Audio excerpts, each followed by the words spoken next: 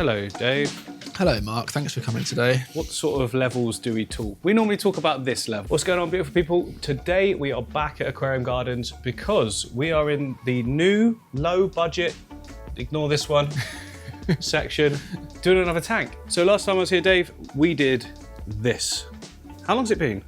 6 weeks, I think. 6 Maybe weeks. Look 7. at that. Look at that. Are you happy? Oh, super happy. Like, yeah. It surpassed all expectations. So. Brilliant, brilliant. So yeah, for those of you who don't know, I should explain that Dave over here, look, who've got his proper sort of, I shouldn't say proper, but like high-end Aquascape display area. And, you know, this is the top of the top. And just look at how immaculate and amazing everything looks.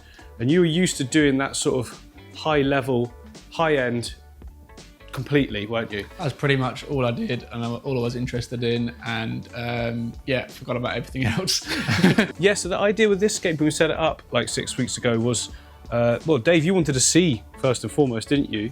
How well you could get a scape to look without all the high end, and you just to offer something different to the customers, like an entry level tank. Absolutely, yeah. I want to see what we could do with this equipment on a more affordable level and without CO2, lower lights, more budget kit, and just with Mark's methods, and just see what we can do. And I was pleasantly surprised, very surprised at how easy and yeah, trouble-free this tank has been, and how good the plant growth is as well. It's nuts, isn't it? There's zero algae. You've clean as a whistle. Yeah, it's super clean. Every single plant is crazy healthy.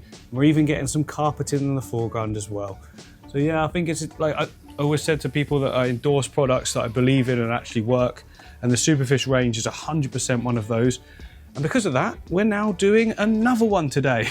So this is like the slightly larger size. This is the 90, yeah, and this is the 50? 60. 60. Yep.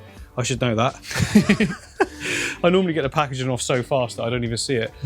So yeah, this is 60 centimeters by 40 by 38. That's upside down, but it's basically the same thing, just on a larger scale. We've got the same cabinetry as well, which is sold separately to the kit, but still affordable, right, Dave? Yeah, I think this is about 130, 140 pounds this cabinet. 2 doors, shelf, plenty of space for all your kit. Yep. So the idea with this one is going to be, it's like another step up. So we're going to add the CO2 system, the one that I use, a little bit more of the carpeting plants, a little bit more of the reds, just to sort of show what you can get for the next level.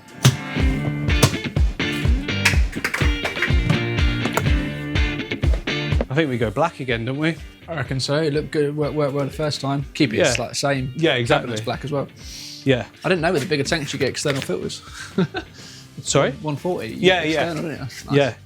Yeah, you do. Okay, so there's the tank on the stand. There's also a anti-slip mat that goes underneath as well, just to protect it in case there's any stones under it. Filter-wise, we've got the same as what we've got on this tank, but larger. So the filter is the cartridges, as seen before, hang on the back. All these cartridges can come out, you can clean them. And the light is the same one, it's the Scaper lights, but this is obviously a longer one. We've also got a nice black background to stick on as well. Is Dave being very professional? I don't even own a Spirit level. It's all good. Good, brilliant. 2-year warranty on electrical product, that's not bad. Yeah. I've dropped these in tanks so many times as well. So they're slightly waterproof. Yeah, I mean, like, I've never had them go out or anything. All this is gel. They just flood it full of the gel. Yeah. We have light.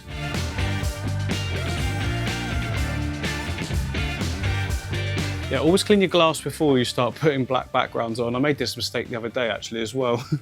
There we go, background on, everything looking clean. Well, clean enough to start anyway. It's going to get dirty as we go.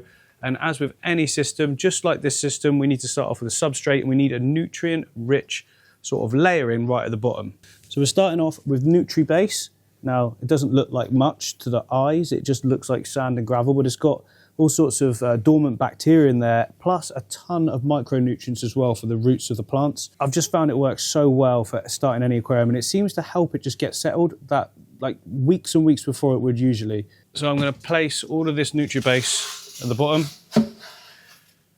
Good amount there. And then because we're going for more of a medium sort of budget build here. We can actually use some Aquasoil on this tank. We didn't use any on this tank just so we can keep the costs even lower to start with. But you know, we're going up another step so we can use some Aquasoil. So on the top of the NutriBase, we've got the Aquasoil. I'm placing it right at the back. And I'm mainly putting this down just to generate some height, but also nutrients in the background area. There's going to be a lot of stems back there. Well, we've got some good height there, look, show you from the side. And I'm going to bump up the nutrients a little bit with some API root tabs as well. Just dot them all around there. I'm not sure where the plant's going to be, so I'm just going to cover everywhere. And this is going to add a little bit more longevity to the soil and just extra nutrients, because more is more.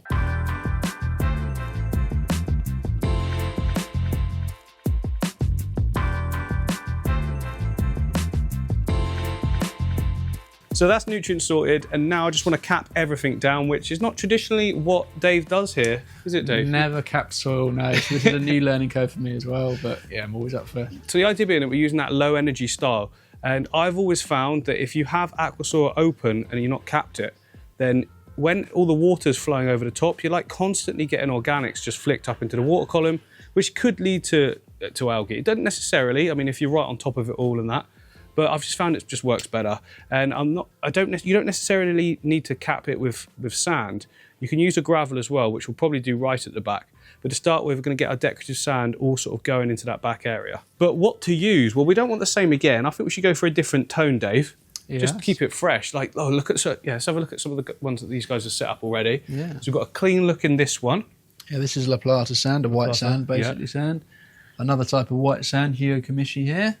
Yep. And then we've got orangey, warmer coloured sand down here. I really like that, but obviously it's being done here, so I don't want to redo it. Let's have a look at what we've got, Dave. I mean, I know you've got a good selection.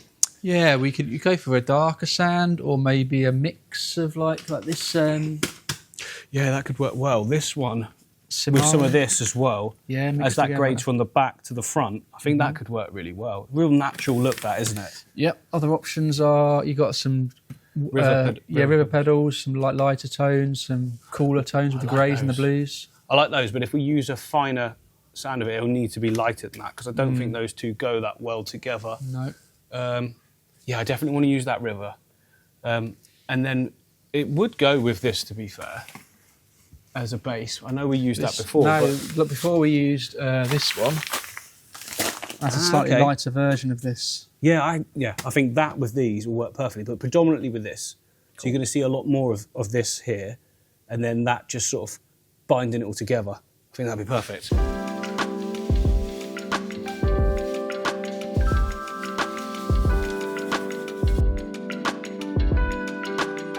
Right, so that's now locking down the sort of foreground area, and right in the middle is where I start to put a hardscape.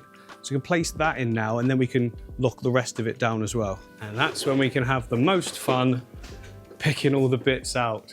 So I want to go for something chunky, like tree stump look, several. Like, that's pretty cool, but if we can get even better, I mean, just have to root around, wouldn't we? Root around. Root around. That was accidental. Please don't judge. Oh, I mean, these are immense, but they're just too big, I think. Yeah, they're way too big. They're going to be twice the size of the tank. Yeah, we'll be able to put one in. Done. Oh, there's some down here as well. Cool. Keep going. We'll keep going until we get the right bits. Right, we've got a good selection. I'm leaning towards these two at the moment, but I'd like another piece as well if we can, but get these in first with some rocks. And yeah, go from there. Sometimes you just got to get started and then it'll sort of come to you. Oh, we've got a massive box of Manzanita goodies down here as well for details. So these pieces of wood are absolutely awesome. I already like the colour of them, even as it is, but it will obviously go darker like any wood, but look at the details in it. It's from Superfish. It's called aged wood, mangrove aged wood. And yeah, fits the name, doesn't it? So I might struggle to stand this up to start with. Oh, the light is in the way. So we kind of want one back there, and then another one as well, offset from it, and kind of a pathway going up the middle. I'm just balancing it to start with though. So if I can get a piece of rock to sit back here, that'll hold that upright, and then we're laughing. Right, angles is what I want. I do quite like that, to be fair, but it is very similar to that. So I think we need to be right, more foreground, yeah? Like more like that, and same on the other side. No, that's similar again, isn't it? I mean, as a scape, they look great, but I don't want it too Maybe you could have them like coming down from that side down to the front here and leave this more open. All of the, yeah, like triangular, completely triangular. Yeah. This one's got to go there though, that's for sure. That looks so nice, that bit. Yeah, the way it's doing that. I want gap at the back though, because we need it for the filter. So we've come up with something quite cool here, and we've actually brought it out into the foreground with this really interesting piece Dave found as well. Look at that hole. It's a Pleco Dream. Now at the moment, it kind of looks similar to the one next to it because it's the same type of wood. But by the time I'm finished, it's not going to at all. I'm going to be bringing lots of branches down the foreground, like some complex root system. There's going to be different coloured pebbles, different coloured stones as well. I need to get the stones in now, and I need to get that wood glued to it so it just doesn't float up, and it means I can add more as we go as well.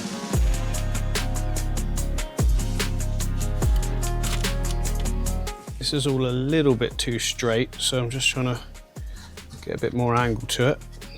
And I'm going to use the super glue and tissue method just to lock everything in place.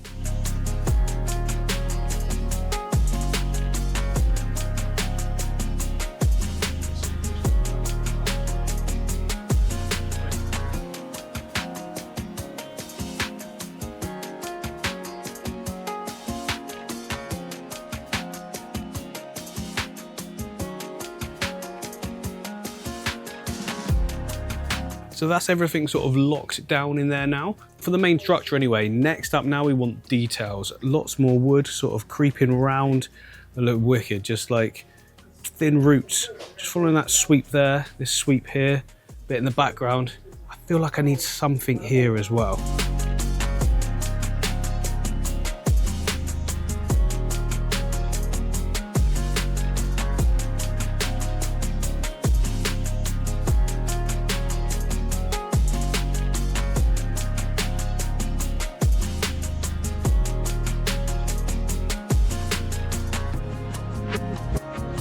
There we go, that's looking cool. Added a lot more detail. It transforms the whole thing when you add these extra detail sticks.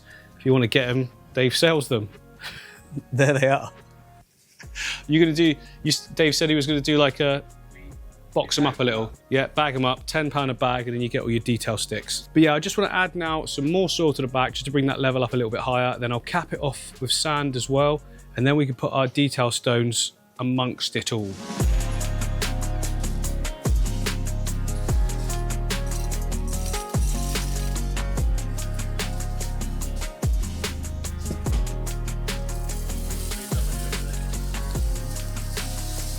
Well, that's all of the soil capped, which is not something that Dave usually does in this studio, but you know, it worked on the one next to it, and it's something I do.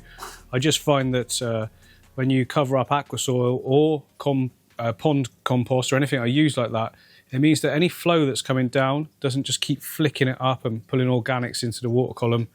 It's just stay nice and clean, and it still has all the nutrients in there as well, so it's all good. But now it's time for some detail stones in and amongst all of this wood and the stones in the foreground.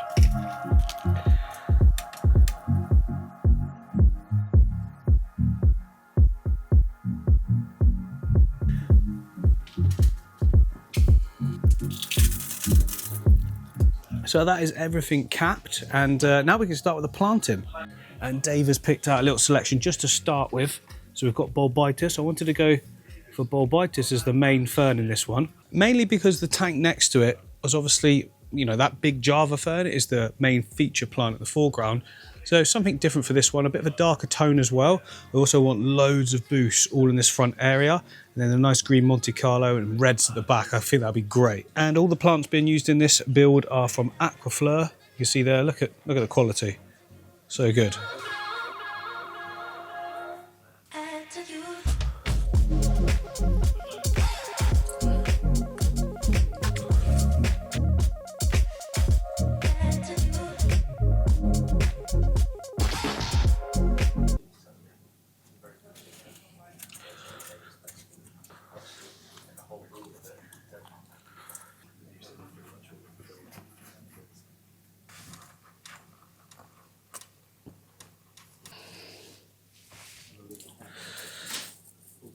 Okay, I'm really liking that so far. I just need a few more details in the foreground, I'm thinking. We want some crypt flamingo that will tie in the foreground to the background that side, and on that side, and maybe just one in the middle as well, just to sort of bring it all together, and just a little bit of boost dotted around. And I think we're there. I've left a patch there actually at the moment. That's going to be filled in with Rotala HR, but it's from like an easy grow pot, so it's going to be tiny to start with, but by the time we get the final shots, it should be peeking right up through and really nice and red as well.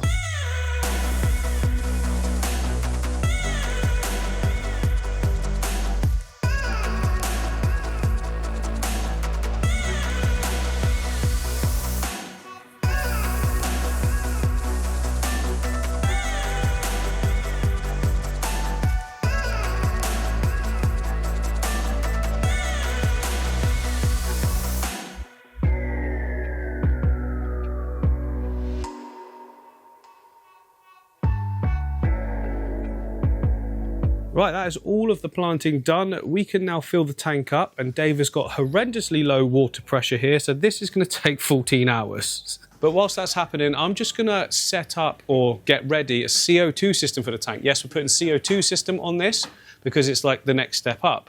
It's the one that I always use. It is this one. Many of you would have seen me use it before. Really nice looking. It's got everything you need in it, literally everything. Solenoid, the lot. And then you just add the chemicals to it. They produce instant CO2 up to the pressure you need. Job done. Let's set it up. Great. Right, so this is the CO2 kit that I haven't opened. Voila. So it looks really nice, doesn't it? So that's obviously the vessel that holds everything. It's all nicely tight.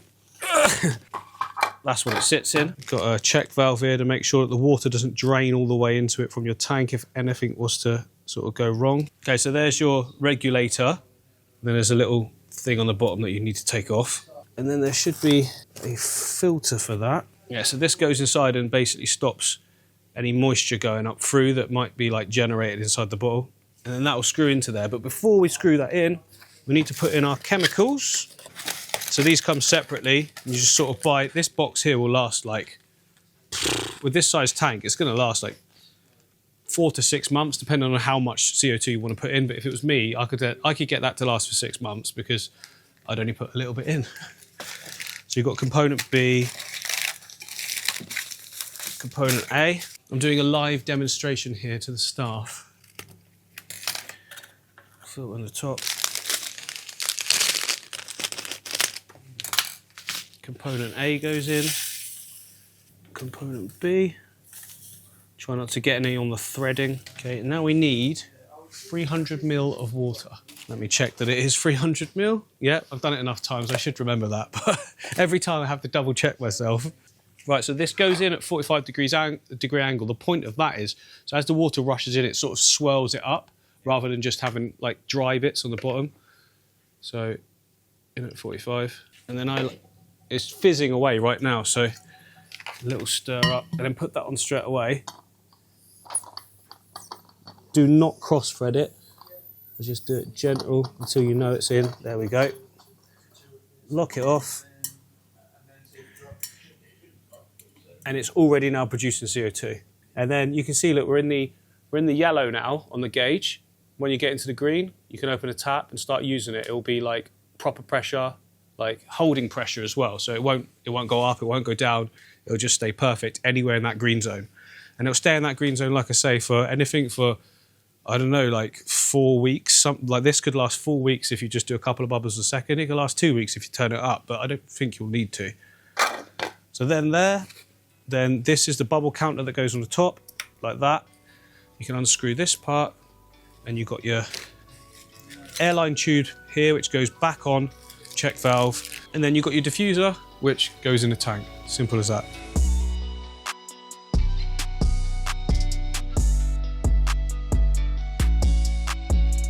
So here we are 1 month later, and the tank has grown in. It looks so good.